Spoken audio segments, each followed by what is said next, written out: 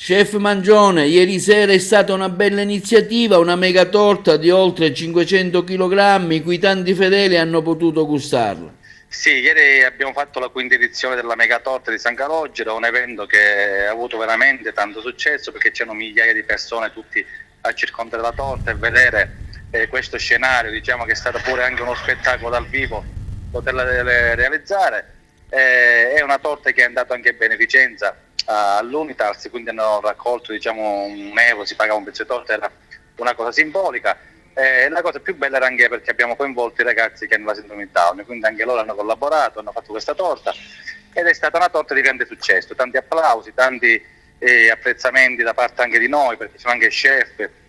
provenienti da tutta la Sicilia, cioè dico chef di un certo livello molto alto e quindi abbiamo fatto anche una bellissima figura.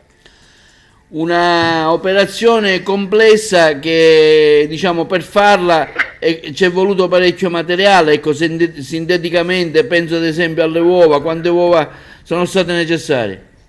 Allora, quante uova si parlano sopra le 2000 uova, però abbiamo fatto su per giù, che ricordiamo perché anche durante i lavori siamo un po' concentrati sul lavoro appunto per poterla realizzare, abbiamo fatto noi circa 40 placche di pan di Spagna 60x40, più di 200 kg di crema, un 40 litri di bagno al maraschino, più di 150 kg di frutta, comunque diciamo che la torta era esattamente 490 kg perché abbiamo poi diciamo calcolato tutto quello che abbiamo fatto e la cosa più importante che ci tenevo a dirla perché magari molti magari pensano che sono degli eventi diciamo che uno magari diciamo viene ripagato e la torta si è fatta anche grazie agli sponsor che credono a questa iniziativa perché quest'anno c'era anche la possibilità di non poterla fare, quindi grazie agli sponsor che ci hanno sponsorizzato le materie prime quest'anno siamo riusciti a fare la quinta edizione. Pensiamo già alla prossima. Allora, la prossima, se ci saranno l'occasione di poterla fare, la facciamo ovviamente, poi facciamo anche un tema molto diverso, perché ieri pure abbiamo messo anche delle angure con